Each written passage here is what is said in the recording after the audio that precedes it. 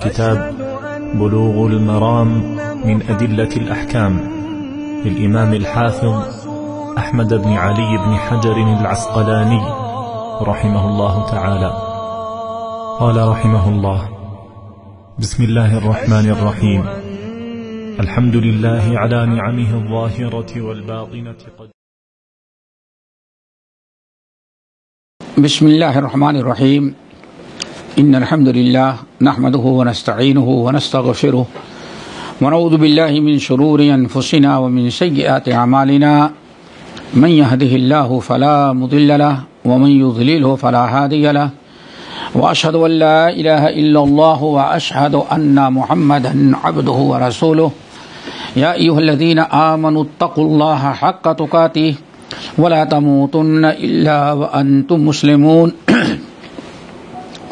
يا أيها الناس اتقوا ربكم الذي خلقكم من نفس واحدة وخلق منها زوجها وبث منهما رجالا كثيرا ونساء واتقوا الله الذي تساءلون به والأرحام إن الله كان عليكم رقيبا.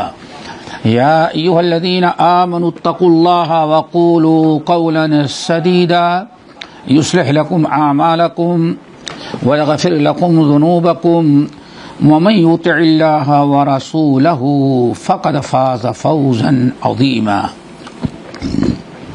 أما بعد، فإن خير الحديث كتاب الله وخير الهدي هدي محمد صلى الله عليه وسلم وشر الأمور محدثاتها وكل محدثة بدعة وكل بدعة ضلالة وكل ضلالة في النار. فعن أبي هريرة رضي الله تعالى عنه قال: قال رسول الله صلى الله عليه وسلم: من ذرعه القيء فلا قضاء عليه ومن استقاء فعليه القضاء. رواه الخمسة وأعله أحمد وقواه الدارقطنی. محترم حضرات، دینی بھائیوں، بہنوں، دوستوں، اور اس بلوغ المرام اس کی شرح میں شامل ہونے والے، دلچسپی کو رکھنے والے ساتھیوں، اللہ تعالی ہم سب کو دین سیکھنے کی توفیق نصیب فرمائے، اور محمد صلی اللہ علیہ وسلم کتاب و سنت کی شکل میں جو شریعت لے کے آئے تھے، اس کے سیکھنے، سکھانے اور عمل کرنے اور دعوت دینے کا شوق اور جذبہ اللہ تعالی ہم سب کے اندر پیدا کر دے۔ کتاب الصیام میں کتاب الصیام چل رہا ہے، اسی سلسلے کی آج میں نے حدیث ابی ہریرہ پڑھی ہے۔ ابو ہریرہ رضی اللہ تعالی عنہ کہتے ہیں کہ رسول اللہ صلی اللہ علیہ وسلم نے ارشاد فرمایا: من ذرعہ القیء، جس پر قے غالب آ گئی، خود بخود قے ہو گئی، تو فلا قضاء علیہ، تو اس کا روزہ درست ہے، اس کے لیے قضا ضروری نہیں ہے، روزہ نہیں ٹوٹتا، روزہ اپنی جگہ پر باقی رہتا ہے۔ لیکن ومن استقاء، لیکن جس نے قصدن اپنے سے قے کیا تو اس کا روزہ ٹوٹ گیا اور اس کے لیے قضا ضروری ہے۔ اس حدیث کو خمسہ نے روایت کیا ہے۔ امام احمد بن حنبل نے اس حدیث پر کلام کیا، لیکن امام دارقطنی اور تقریباً سارے ائمہ نے اس کی تصحیح کی اور اس کو قوی بتایا۔ اس حدیث میں روزے دار کو روزے کی حالت میں اگر قے آ جائے، الٹی ہو جائے، تو اس کا کیا حکم ہے؟ یہ بڑا ضروری مسئلہ ہے۔ رمضان میں لوگوں کو بہت ہی زیادہ یہ چیز پیش آتی ہے، اس لیے اس کو اچھی طرح سے سمجھنا چاہیے کہ نبی علیہ الصلاۃ والسلام نے بڑی وضاحت کر دیا کہ الٹی دو قسم کی ہوتی ہے. ایک تو یہ ہے کہ آدمی کھانے پینے میں کچھ گڑبڑی ہوئی، خود الٹی ہو جائے، آدمی نہیں چاہتا لیکن نہ چاہنے کے باوجود بھی الٹی ہو گئی اس سے. اس کے لیے کچھ کھانے پینے میں کوئی تکلیف تھی، متلی ہوئی، الٹی ہو گئی. روزے دار نہیں چاہتا، اپنا روزہ محفوظ رکھنا چاہتا ہے لیکن خود بخود الٹی آ گئی. ایک شکل تو یہ ہے. دوسری شکل یہ ہے کہ آدمی زبردستی الٹی کرے، کبھی اپنا ہاتھ ڈال کر کے الٹی کر دیا، یا کوئی ایسی حرکت کی جس سے الٹی آ جائے. اس کے پیٹ میں تکلیف تھی یا متلی ہو رہی تھی تو اس نے سوچا کہ الٹی کر دوں تو ہمیں آرام مل جائے گا. اس نے قصدن ہاتھ ڈال کے یا اور کوئی حرکت ایسی کیا جس سے الٹی زبردستی اس نے کیا. یہ دو شکلیں ہیں، دونوں کا حکم الگ الگ ہے. اگر الٹی خود بخود اپنے سے آ جائے، روزے دار تو نہیں چاہتا لیکن روزے کی حالت میں الٹی خود بخود روکنے کے باوجود الٹی ہو گئی، تو اس کا حکم یہ ہے کہ ایسا انسان اپنا روزہ پورا کر لے. اس کی الٹی سے روزہ نہیں ٹوٹتا. ایسی قے جو خود بخود ہو جائے اس سے انسان کے روزے پر کوئی فرق نہیں پڑتا. آپ نے فرمایا فلیس علیہ فلا قضا علیہ، اس کا روزہ ہو جائے گا، روزہ توڑے نہیں، اس کے لیے قضا نہیں ہے، سب کو ختم ہے.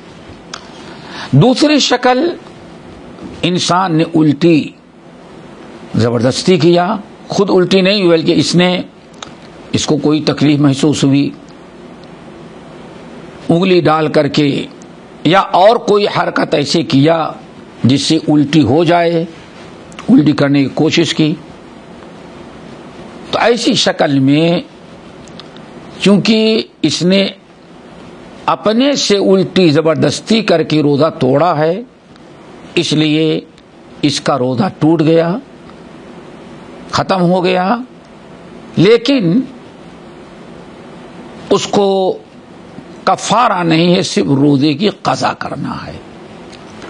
ایک روزہ اس نے توڑا الٹی کر کے تو اسے چاہیے کہ اپنا روزے کی قضا کر لے.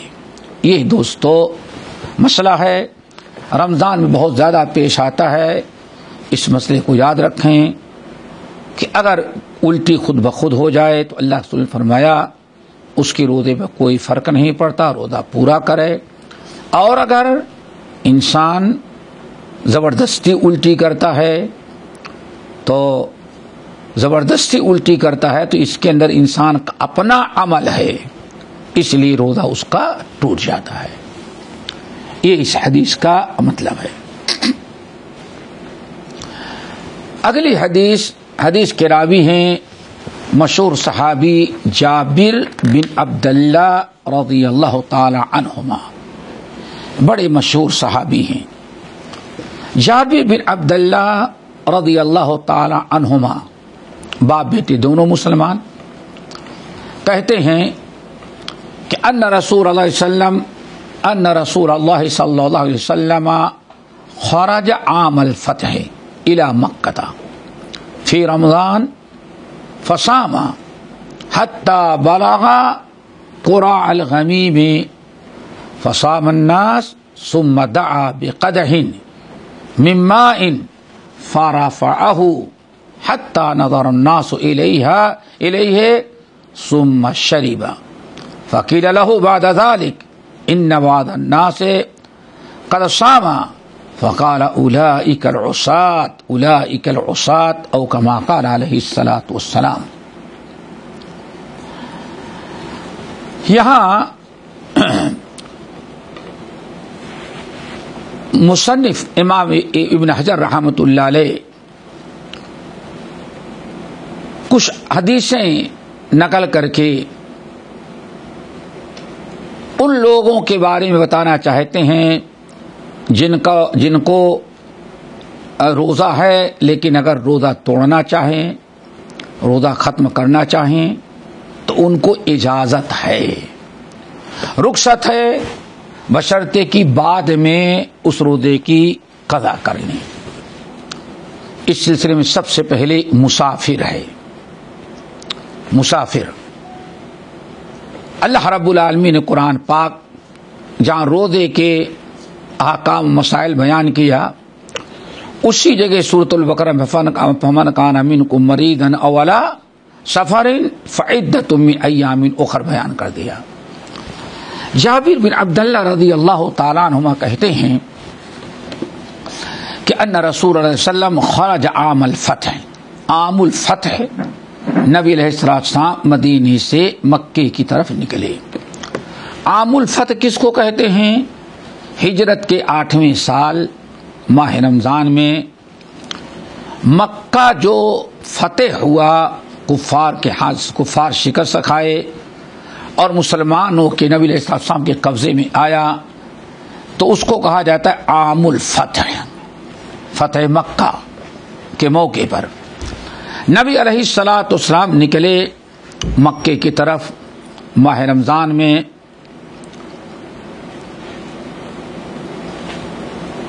فصاما، اور آپ مدینے سے نکلے تو روزے سے تھے، روزے رکھے تھے، آپ روزے سے تھے، نکلے۔ اور فصام الناس، اور لوگ بھی روزے سے تھے، سفر میں تھے اور سفر میں روزہ رکھا، آپ نے بھی رکھا، صحابہ کرام نے بھی رکھا۔ یہی سے پتہ چل گیا کہ سفر میں اگر تکلیف نہ ہو تو روزہ چھوڑنا کوئی ضروری نہیں ہے، آپ روزہ رکھ لیں، ثواب پائیں گے، ادا ہو جائے گا۔ لیکن حتی بلغ قراء الغمیم، لیکن جب قراء غمیم میں پہنچے، یہ مکے سے پہلے ایک جگہ ہے،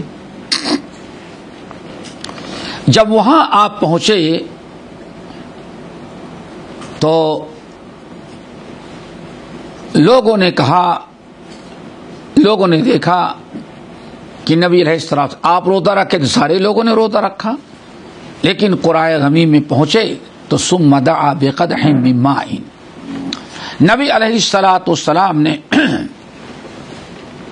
ایک پیالہ پانی طلب کیا،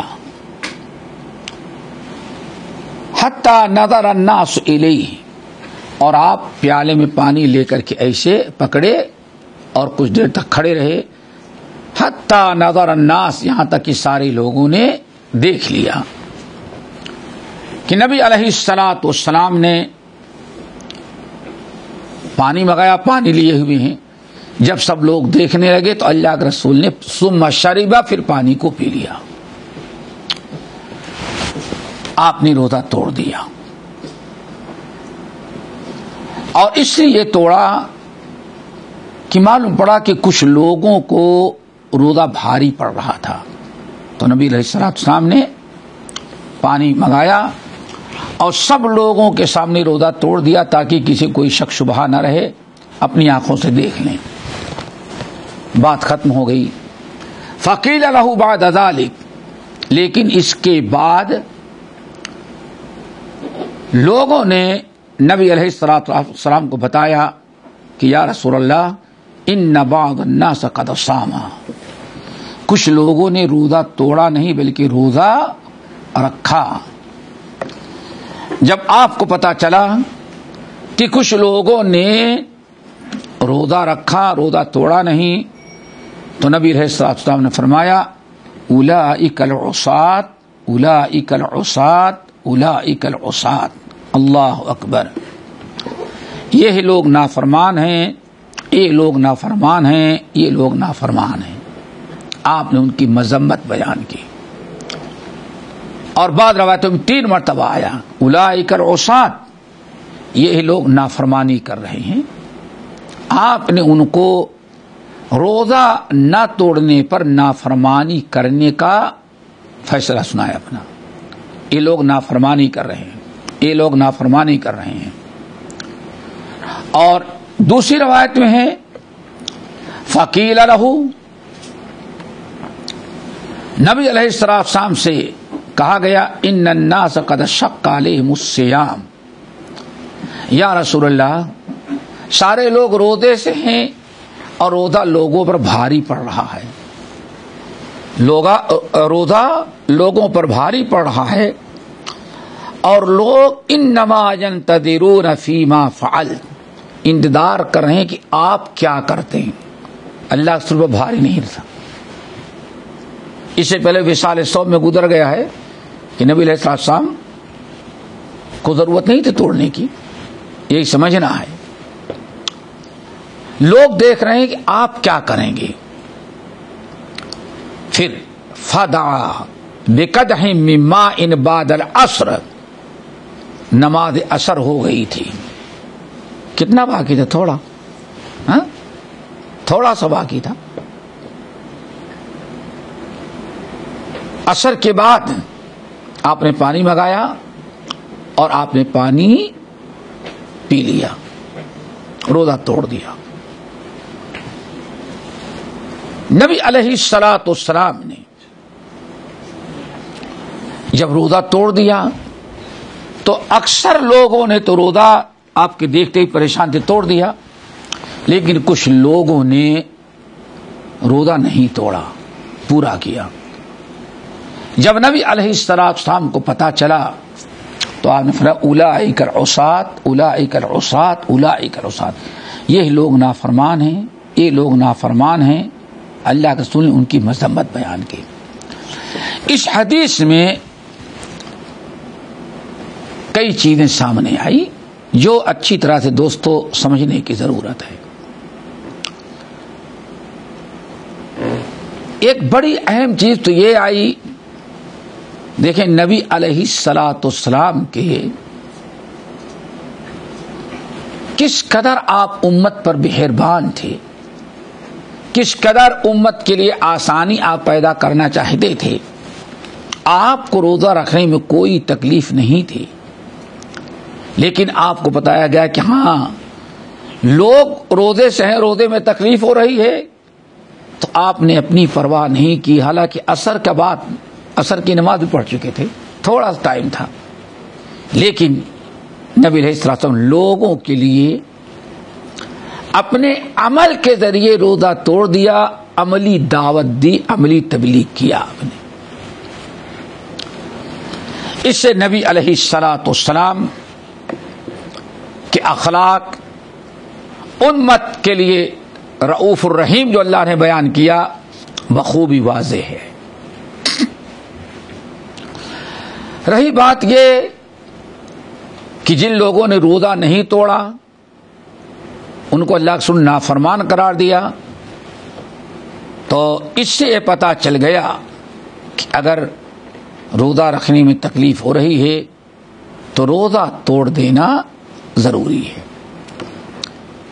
نبی علیہ السلام نے توڑا اور آپ کی اتباع میں صحابہ کرام نے بھی روزہ توڑ دیا، اور جو لوگ نہیں توڑے ان کو نافرمان کہا۔ اس کی وجہ یہ ہے کہ مسند احمد بن حنبل اور ابن حبان کی روایت، نبی علیہ السلام فرماتے ہیں ان اللہ یحب ان تؤتی رخصہ کما یکرہ ان تؤتی معصیتہ۔ یہ بڑی پیاری نصیحت ہے اور سارے اشکالات کا جواب بھی اس میں ہے۔ اللہ تعالیٰ نے قرآن پاک میں فرمایا رخصت فمن کان منکم مریضا او علی سفر فعدۃ من ایام اخر، جو لوگ تم میں سے مریض ہوں یا سفر میں ہیں اور روزے میں مشکلات آ رہی ہیں تو روزہ توڑ دے، فعدۃ من ایام اخر، بعد میں رمضان کے بعد کبھی بھی اپنے روزے کی قضا کر لے گا، جتنا چھوڑا اتنی عدد پوری کر لے گا قضا کر کے۔ اللہ تعالیٰ نے رخصت دی ہے، ارحم الراحمین نے مہربانی کی۔ نبی علیہ السلام نے ارشاد فرمایا ان اللہ یحب ان تؤتی رخصہ، اللہ تعالیٰ بہت پسند کرتے ہیں کہ اللہ جو رخصت دیتا ہے لوگ اس کی رخصت کو اپنائیں، استعمال کریں، عمل کریں. اور کیسے پسند کرتا ہے؟ کما یکرہ ان تؤتی معصیتہ، جیسے اللہ نافرمانی کرنے کو ناپسند کرتا ہے ایسے اللہ تعالیٰ رخصت دیتا ہے تو اس رخصت پر عمل کرنا، فرما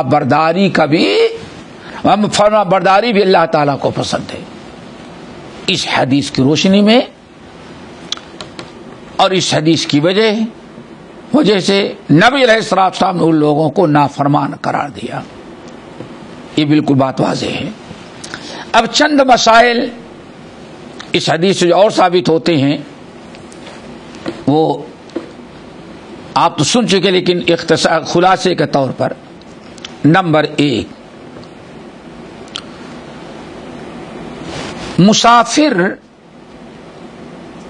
مسافر کے لیے روزہ افطار کر دینا، توڑ دینا رمضان کے پورے دن میں کسی وقت بھی جائز ہے. فی نہار رمضان، رمضان کے اندر، رمضان کا مہینہ ہو، رمضان کا روزہ رکھ رہا ہے، مسافر اگر افطار کرنا چاہے، توڑنا چاہے تو کبھی بھی اپنا روزہ توڑ دیتا ہے. اس پر امت کا اجماع ہے. دوسرا مسئلہ بڑا اہم اور اہل علم اور ہمارے دیندار بڑے لوگ جو ہوتے ہیں ان کو چاہیے کہ اس چیز کا خاص خیال رکھیں. ضرورت اس بات کی ہوتی ہے کہ علماء، فقہاء، زہاد، صالحین جو ہیں یہ لوگوں کے لیے رہنما، قدوہ اور اسوہ بنے اور اپنے اعمال کو اگر ظاہر کر کے کریں تو بہت ہی اچھا ہے تاکہ لوگوں کو اس کا علم ہو جائے. نبی علیہ الصلوۃ والسلام نے لوگوں کے سامنے پیا، دکھا کر کے پیا پانی، تاکہ لوگوں کے دل میں احساس ہو کہ بھائی نبی نے توڑ دیا تو ہم بھی توڑ سکتے ہیں. اور جیسے کہ میں نے پہلے بتایا، اس سے عملی دعوت کا بہت ہی بڑا ثبوت ملتا ہے کہ عالم اپنے عمل کے ذریعے، اپنے کردار اور اپنے سیرت اور اپنے چال چلن کے ذریعے بھی لوگوں کو تبلیغ کرے، دعوت دے. لوگ دیکھیں کہ ہاں یہ انسان یہ عمل کر رہا ہے، آپ کو ایک اپنا اسوہ بڑا سمجھتے ہیں، تو یہ بھی اصلاح کا اور دعوت کا ایک طریقہ ہے. نمبر 3، اس حدیث کے اندر یہ بات واضح ہو گئی کہ اگر مسافر روزے کی نیت کیا، روزہ رکھ بھی لیا،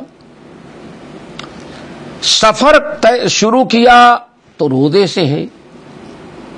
اب اگر اس کو احساس ہو، کچھ تکلیف اور مشقت ہو، تو اب اگر وہ روزہ توڑنا چاہے تو اس کے لیے روزہ توڑنے میں کوئی متعلقہ کوئی حرج نہیں ہے، جیسے کہ نبی علیہ السلام نے کیا. نمبر 4، نبی علیہ السلام کی اس حدیث سے پتہ چلا کہ جو لوگ افطار کرنے کے محتاج ہیں، یعنی روزہ رکھنے میں ان کو تکلیف ہو رہی ہے، مشقت میں ہیں اور روزے سے انہیں تکلیف محسوس ہو رہی ہے، تو ان کے لیے ضروری ہے کہ وہ اپنا روزہ توڑ دیں،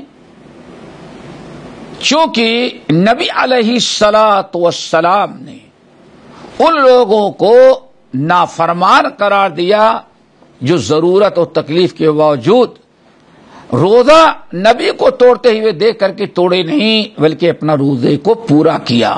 اللہ سن فرمایا اولئک العصاۃ، یہ لوگ نافرمان ہیں. تو ایسے لوگوں کو نبی علیہ السلام نے نافرمان قرار دیا. ہمیں چاہیے کہ اس کا خاص خیال رکھیں. نمبر 5، اس حدیث میں یہ بھی پتہ چل گیا کہ اسلام کے اندر کتنی سہولت، کتنی آسانی. ان الدین یسر، دین بہت آسان ہے. دین کے اندر کوئی مشقت، کوئی سختی نہیں. اللہ تعالی ہر انسان کو اتنا ہی کرنے کا حکم دیتے ہیں جتنا آسانی سے وہ ادا کرے، چھوڑ نہ دے. یہ شریعت اسلامیہ کی ایک بہت بڑی خوبی ہے. اسی لیے اللہ تعالیٰ نے روزے دار کو تکلیف ہو، سفر میں، بیماری میں، تو روزہ اس کو توڑنے کا حکم دیا. شریعت نے اس کی پابندی کرنے کی تاکید کی. نبی علیہ السلام نے لوگوں کو دکھا کر کے روزہ توڑ دیا تاکہ لوگ آپ کو دیکھ کے روزہ نہ توڑیں. اگلی حدیث، یہ حدیث ہے حمزہ بن عمرو الاسلمی. یہ صحابی جو قلیل الروایہ ہیں، یہ بہت معمولی روایتیں نقل کی ہیں. قبیلے اسلم کے تھے، اس لیے ان کو اسلمی کہا جاتا ہے. کہتے ہیں انہ قال یا رسول اللہ اجد بی قوتا علی الصیام فی السفر فهل علی جناح؟ فقال رسول اللہ صلی اللہ علیہ وسلم ہی رخصۃ من اللہ فمن اخذ بها فحسن ومن احب ان يصوم فلا جناح علیہ. حضرت حمزہ بن عمرو بن الاسلمی، حمزہ بن عمرو الاسلمی رضی اللہ تعالی عنہ نبی علیہ السلام سے پوچھا کہ یا رسول اللہ، میں روزہ رکھتا ہوں اور سفر بھی کرتا ہوں، اور روزہ رکھنے کی پوری طاقت ہمارے اندر، ہمیں کوئی تکلیف الحمدللہ نہیں ہوتی. پورا سفر بھی کرتے ہیں اور دن بھر روزہ رکھتے ہیں، ذرہ برابر ہمیں کوئی تکلیف نہیں ہوتی. تو کیا خیال ہے، میں روزہ رکھ لیا کروں؟ تو نبی علیہ السلام نے بہت ہی اچھا جواب دیا. پہلے تو فرمایا ہی رخصت من اللہ، یہ اللہ تعالیٰ کی طرف سے کیا ہے؟ رخصت ہے، یعنی آسانی ہے. اللہ تعالیٰ کی طرف سے آسانی ہے، تم کو رخصت دیا ہے کہ سفر میں روزہ توڑ دو، چھوڑ دو. فمن شاء فعل، اللہ نے زبردستی روزہ توڑنے کا حکم تو نہیں دیا ہے. جو شخص چاہے روزہ توڑ دے. ومن شاء فمن اخذ بها فحسن، جو شخص اللہ کی رخصت کو قبول کیا تو اس نے بہت اچھا کیا.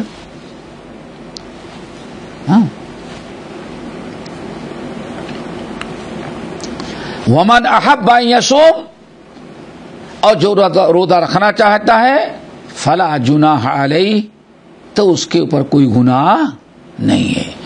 پتہ یہ چل گیا کہ روزے دار سفر کرتا ہے تو اس میں دو قسم کے لوگ ہیں. نمبر 1، روزہ رکھتا ہے سفر میں تو اس کو تکلیف ہوتی ہے، مشقت ہوتی ہے، پریشانی ہوتی ہے. ایسے انسان کے لیے روزے کو توڑ دینا، چھوڑ دینا ضروری ہے. کیوں؟ تکلیف برداشت کر رہا ہے، اللہ تعالیٰ کو یہ پسند نہیں کہ تکلیف برداشت کرے ہو. یہ اللہ ایک قسم کا مسافر ہے. مسافر روزہ رکھتا ہے، مسافر روزہ رکھتا ہے، روزہ رکھنے میں اس کو تکلیف ہو رہی ہے، مشقت. ایسے انسان کو چاہے کہ روزہ توڑ دے، اس کے حق میں روزہ توڑ دینا افضل ہے، بلکہ زیادہ تکلیف اور روزہ رکھے گا تو نافرمان سمجھا جائے، جیسے کہ اس سے پہلی والی روایت کے اندر ہے۔ دوسری شکل یہ ہے کہ مسافر الحمدللہ روزہ رکھنے میں اس کو کوئی تکلیف نہیں، روزہ رکھے، کوئی تو اس کو بھوک پیاس کمزوری کسی قسم کوئی تکلیف نہیں ہوتی، تو اس شخص کے لیے اللہ کے رسول نے فرمایا اگر ایسا شخص روزہ توڑ دیتا ہے، اللہ رب العالمین کی رخصت، اللہ نے ہم کو اجازت دیا ہے، اگر اللہ تعالیٰ کی دی ہوئی رخصت پر عمل کر لیتا ہے تو اللہ اس میں بہت اچھا اس نے کیا، لیکن اگر روزہ نہیں رکھتا تب بھی اس کے لیے کوئی مذاکرہ کوئی حرج نہیں ہے۔ تو اس کی تین شکلیں ہو جائیں گی، روزہ رکھ لے تو کوئی حرج نہیں، روزہ رکھ لے تو کوئی حرج نہیں، لیکن اگر اس کو تکلیف اور مشقت ہوتی ہے تو روزہ چھوڑ دینا اس کے لیے ضروری ہے۔ اس لیے اللہ کے رسول نے فرمایا، حمزہ بن عمرو الاسلمی جب کہتے ہیں یا رسول اللہ میں روزہ رکھتا ہوں، سفر میں طاقت بھی محسوس کرتا ہوں، میں کوئی تکلیف نہیں، تو آپ نے فرمایا اگر تم روزہ رکھ لو، اگر اللہ کی رخصت قبول کر کے روزہ توڑ دو تو ثواب بہت اچھا ہے، لیکن اگر تم روزہ رکھنا چاہو تو اس میں کوئی مذاکرہ کوئی حرج نہیں ہے، رخصت قبول کرنا افضل ہے۔ اب اگر کوئی انسان سفر میں اس کو مشقت اور تکلیف ہوتی ہے تو اس کے لیے روزہ توڑ دینا ضروری ہے۔ اگلی حدیث بڑی اہم اور ایک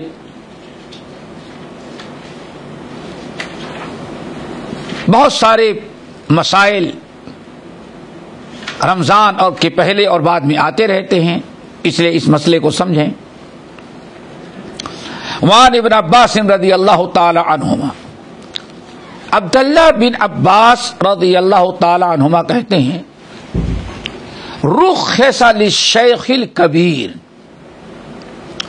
رخص للشیخ الکبیر ان یفطر ویطعم عن کل یوم مسکینا ولا قضاء علیہ، یہ دوسرا انسان جس کو روزہ افطار کر دینا سفر کی وجہ سے، جس کے لیے روزہ چھوڑ دینا نہ رکھنے کی اجازت ہے، اس میں یہ دوسرا شخص ہے، پہلا مسافر ہے، دوسرا رخص للشیخ الکبیر، بوڑھا انسان جو اتنے بڑھاپے کو پہنچ گیا ہے کہ بھوک اور پیاس برداشت نہیں کر سکتا۔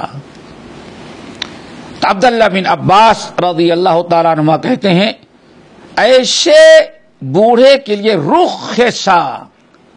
رخصت دی گئی ہے۔ اب رخصت دینے والا کون؟ اللہ، اس کے رسول۔ شیخ کبیر، شیخ کبیر سے مراد بوڑھا آدمی، معمر آدمی جو اتنا بوڑھا ہو گیا ہے کہ جس کے لیے روزہ رکھنا مشکل ہے، پریشانی ہوتی ہے، تکلیف ہوتی ہے، تو ایسے بوڑھے کے لیے اجازت دی گئی ہے کہ ان یفطر، اور روزہ توڑ دے، ویطعم عن کل یوم مسکینا، اور روزانہ ایک مسکین کو کھانا کھلائے، ولا قضاء علیہ، اس کے اوپر کوئی قضا نہیں ہے۔ یعنی یہ دوسرے قسم کے لوگ ہیں جن کو رمضان میں روزہ چھوڑ دینے کی اجازت ہے۔ پہلا کون تھا؟ مسافر یا مریض، وہ چھوڑیں گے تو ان کے لیے قضا ضروری ہے، لیکن یہ شیخ کبیر بوڑھا انسان اگر چاہے مرد ہو یا عورت بڑھاپے کی وجہ سے بھوک پیاس پر صبر نہیں کر سکتا تو اس کے لیے روزہ توڑ دینا ہے، اس کے لیے قضا نہیں ہے، کفارہ نہیں، صرف ہر مسکین کے بدلے کھانا کھلا دینا ہے۔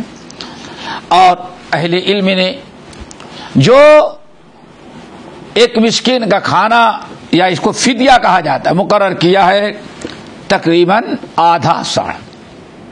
کتنا؟ آدھا سا.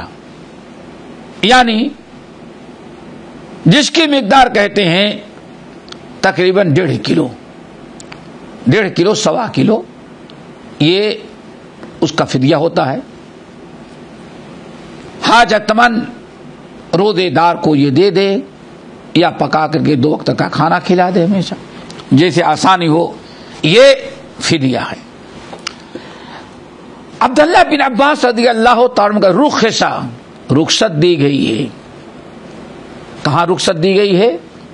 قرآن پاک کی آیت سورۃ البقرہ کی 184 جو ہے وَعَلَى الَّذِينَ يُطِيقُونَهُ فِدْيَةٌ طَعَامُ مِسْكِينٍ. فدیتن اس کے لیے فدیہ ہے. وَعَلَى الَّذِينَ يُطِيقُونَهُ، اور جو لوگ روزہ رکھنے میں عاجز ہیں، روزہ نہیں رکھ سکتے اپنے بڑھاپے کی وجہ سے، تو ان کو چاہیے کہ فدیۃ طعام مسکین، ہر روزے کے بدلے ایک مسکین کو کھانا کھلا دیں، فدیہ دے دیں. اور فدیہ وہی مقرر کیا تقریباً آدھا سا، یعنی 1.25 کلو یا 1.5 کلو. یہ اس پر سب کا اتفاق ہے، سب کا اتفاق ہے. معمر انسان، بوڑھا مرد ہو یا عورت، اگر اس کو روزہ رکھنے میں تکلیف ہوتی ہے، مشقت اور پریشانی ہوتی ہے، تو ہر مسکین روزے کے بدلے فدیہ دے دے، چاہے اکٹھا دے دے یا روزانہ دیتا رہے، اس کی مرضی. وہ اللہ تعالیٰ کے ہاں معاف ہوگا، نہ اس کے لیے قضا ہے نہ اس پر کفارہ ہے. اسی کے حکم میں مریض مزمن ہے، وہ بھی سمجھ لیں. بیمار جو ہے، بیمار 2 قسم کے ہوتے ہیں.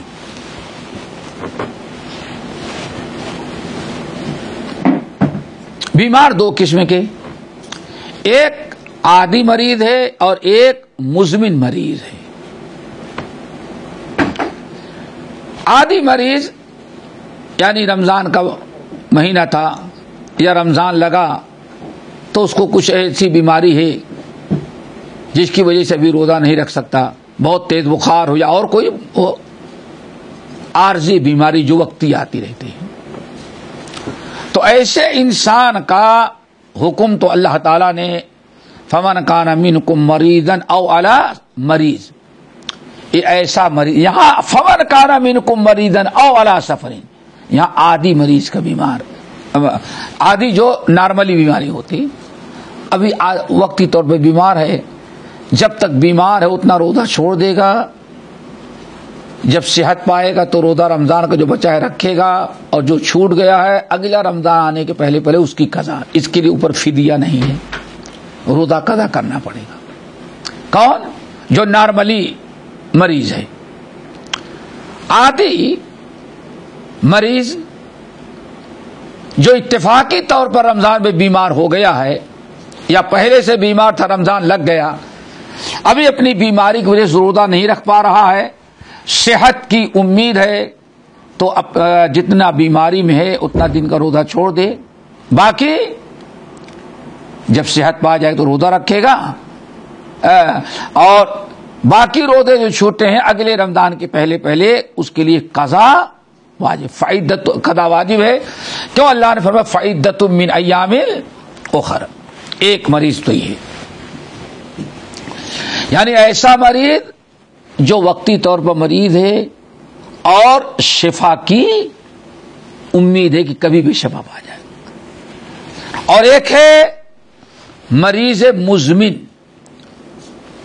مریض مزمن جو ایسی بیماری مبتلا ہو گیا ہے جس سے شفا کی کوئی امید اور توقع نہیں ہے. ایسا مریض جیسے بوڑھا ہے، اب بوڑھے کو جوان ہونے کی امید تو نہیں ہے، ایسے ہی ایسا مریض ایسا انسان جس کو ایسی بیماری لگ گئی ہے جو بیماری زندگی بھر کی کوئی شفا کی امید نہیں ہے، اس انسان کا بھی حکم یہی ہے، کیا؟ جو بوڑھے کا حکم ہے۔ بوڑھے کا حکم آپ نے سنا کہ اگر بوڑھا انسان روزہ رکھنے کی طاقت نہیں رکھتا، مشقت ہوتی ہے، تو ہر روزے کے بدلے فدیہ دے دے گا، جتنی روزے چھوٹے یعنی 30 یا 29 رمضان جتنے دن کا ہوگا وہ فدیہ دے دے گا۔ یہی حکم اس بیمار مریض کا ہے جو مزمن ہے، ایسی بیماری مبتلا ہے کہ شفا ملنے کی کوئی امید و توقع نہیں ہے، اس کے لیے یہی قضا ہے، فدیہ دے دے گا۔ قضا کرنے کی کوئی ضرورت اس کو نہ قضا ہے نہ کفارہ ہے، صرف فدیہ ہے۔ اسی لیے بعض اہل علم نے کہا کہ جن لوگوں کو روزہ چھوڑنے کی اجازت ہے، کسی عذر شرعی کی بنا پر چھوڑنے کی اجازت ہے، وہ 4 قسم کے لوگ ہیں۔ 4 قسم کے لوگ ہیں جن کو روزہ چھوڑنے کی اجازت ہے، ان کو اچھی طرح سے سمجھیں۔ نمبر 1 مسافر، نمبر 2 مریض۔ یہ دونوں ایسے ہیں، یعنی مریض سے مراد نارملی جو وقتی ہے، عادی، تو ان دونوں کے لیے روزہ چھوڑنا جائز ہے، بشرطے لیکن ان کے اوپر جتنے روزے چھوڑ اس کی قضا ضروری ہے۔ 2 ہو گئے۔ نمبر 3 ایسا پہلے جو ہیں دونوں، ان کا حکم معلوم ہوا، روزہ چھوڑ دیں گے، فدیہ جائز نہیں ہے، کیا کریں گے؟ وہ قضا کریں گے۔ کیوں؟ اللہ نے فرمایا فمن کان منکم مریضا او علی سفر فعدۃ من ایام اخر۔ نمبر 3 ایسا مریض جو مزمن ہے، یعنی کنٹینیو وہ مریض چل رہا ہے، ایسی بیماری جس سے شفا پانے کی کوئی توقع نہیں ہے، یہ ہے۔ اور اسی قسم کا وہ شیخ کبیر بوڑھا ہو گئے نا، یہ دونوں ہو گئے۔ ان کا حکم ابھی آپ نے سنا کہ والذین یطیقونہ فدیۃ طعام مسکین۔ ایسے مریض جو ہوں گے، یا ایسا مریض یا بوڑھا، ان کے لیے صرف فدیہ ہے، نہ قضا ہے نہ کفارہ۔ ٹھیک ہے نا، واضح؟ نمبر 4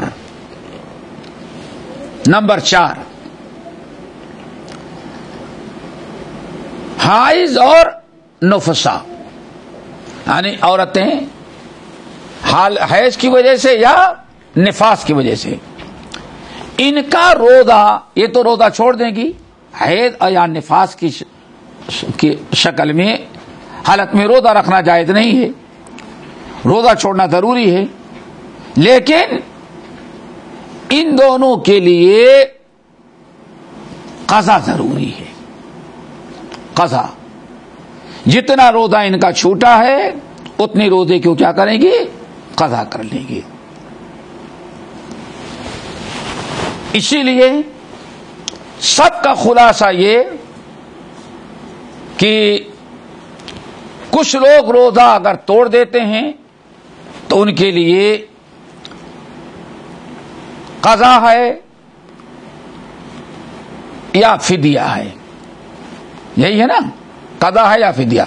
اور کچھ لوگ ایسے ہیں روزہ توڑ دیتے ہیں، ان کے لیے صرف کیا ہے؟ یعنی قضا۔ بہرحال وہ پہلی باتیں یاد رکھیں، تو یہ بات واضح ہے بالکل۔ کچھ لوگ ایسے ہیں جو افطار کریں گے اور قضا کریں گے، جیسے مریض، عورتیں. کچھ لوگ ایسے ہیں کہ افطار تو کریں گے، ان کے اوپر قضا نہیں ہے بلکہ ان کے اوپر فدیہ ضروری دینا ہے. چلو اگلی حدیث ابی ہریرہ رضی اللہ تعالی عنہ. وعن ابی ہریرہ رضی اللہ تعالی عنہ قال جاء رجل الى النبي صلى الله عليه وسلم فقال هلكت يا رسول الله قال وما أهلكك قال وقعت على امرأتي في رمضان فقال هل تجد ما توثق به رقبة قال لا قال فهل تستطيع أن تصوم شهرين متتابعين قال لا قال فهل تجد ما تطعم 60 مسكينا قال لا ثم جلس فأتي النبي صلى الله عليه وسلم بعرق فيه تمر فقال تصدق بهذا فقال على أفقر منا فما بين لابتيها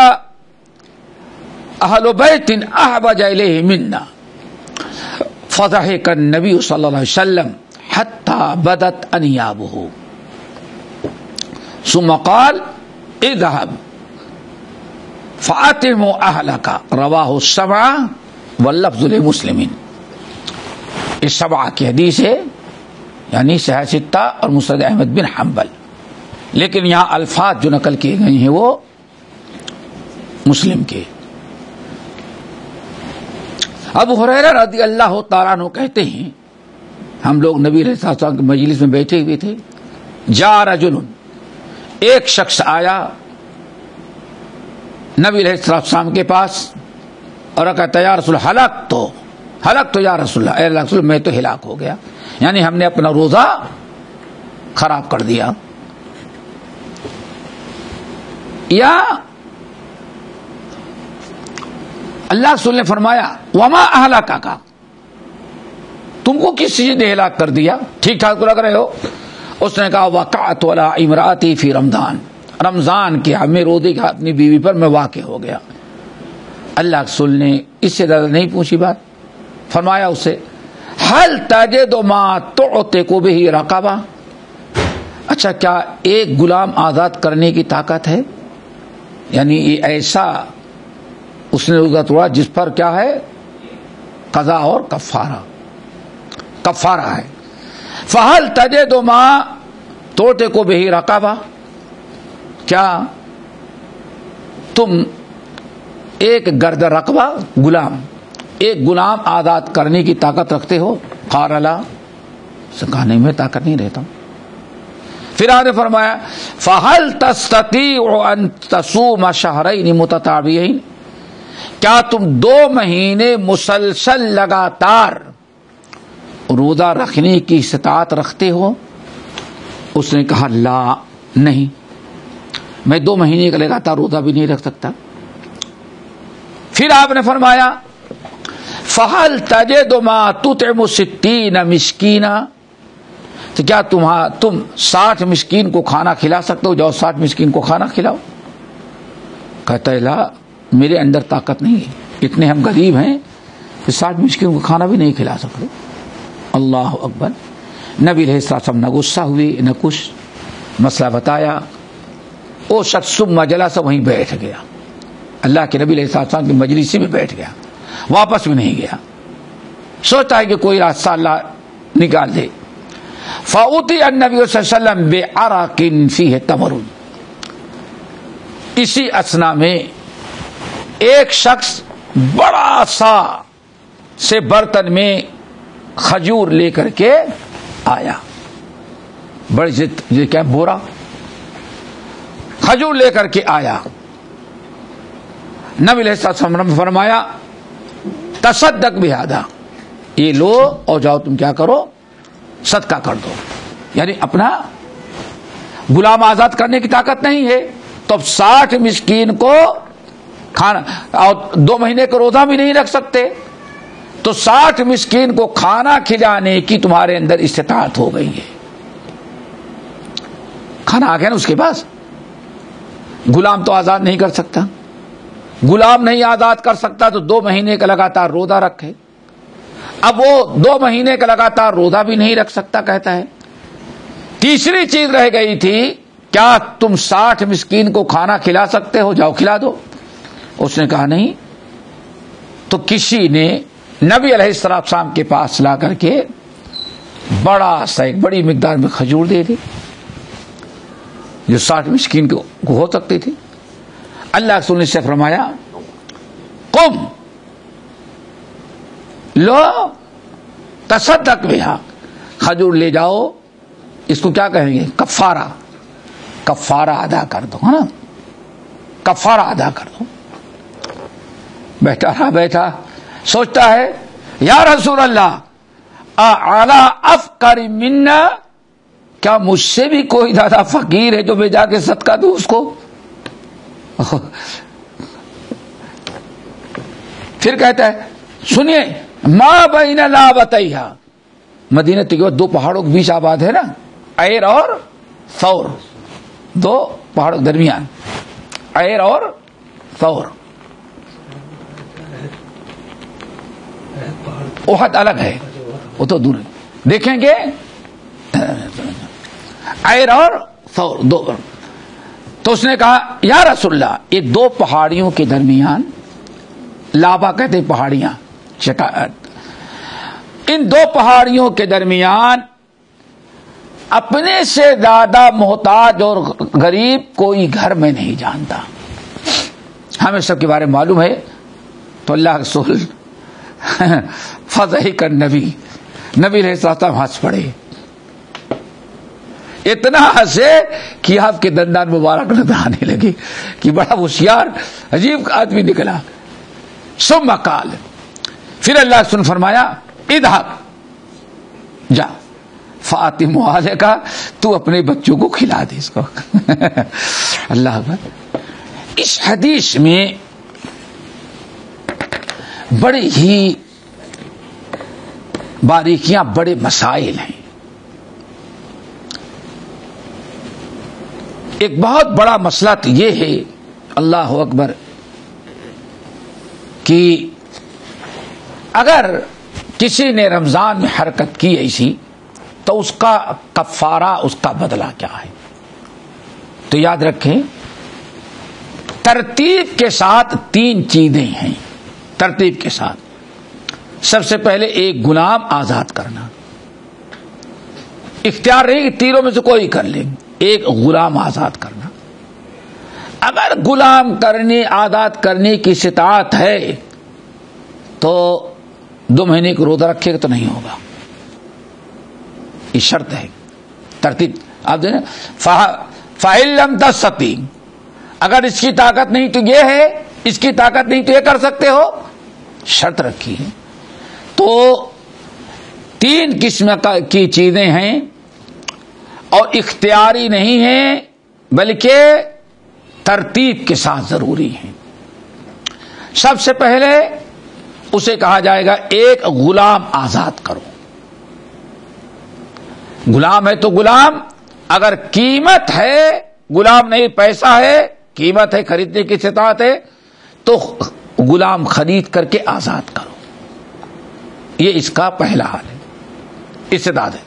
لیکن اگر تمہارے اندر غلام آزاد کرنے کی واقعی استطاعت نہیں ہے تو 2 مہینے لگاتار تم کو روزہ رکھنا, ایک دن بھی غائب نہیں چھوٹنا چاہیے.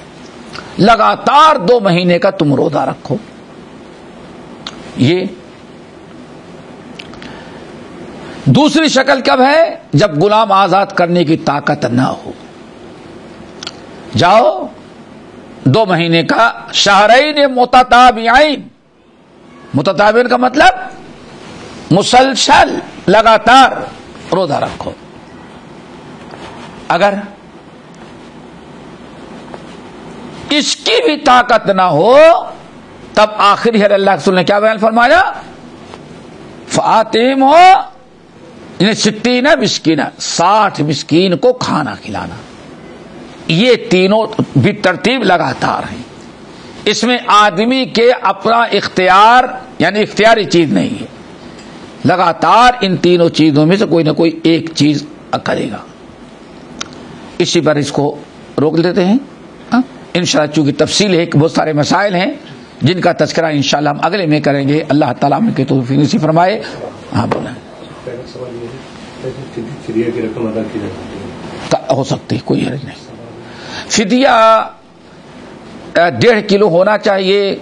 کیا ہم اس کیا اگر کوئی مسکین ضرورت مند نہیں مل رہا ہے تو کیا اس کی ہم قیمت دے سکتے ہیں؟ قیمت دے سکتے ہیں, لیکن غریب کو دیں, مدرسے مسجد کو نہیں.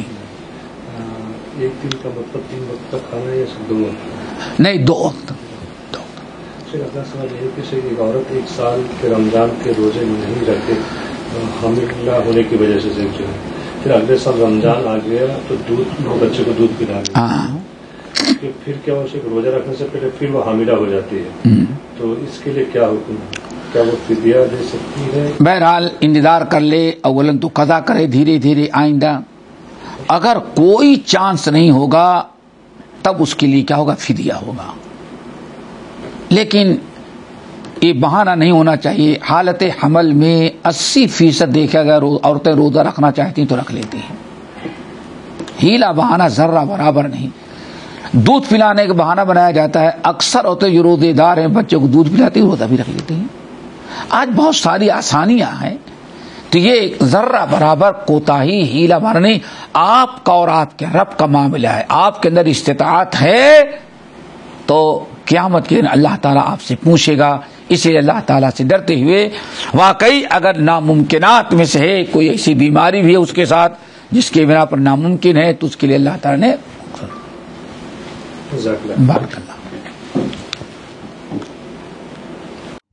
ہمارے چینل کو سبسکرائب کیجیے اور بیل آئیکن کو دبانا نہ بھولیں تاکہ آپ کو نئی ویڈیو برابر ملتے رہیں. لائک اور شیئر کرنا نہ بھولیے.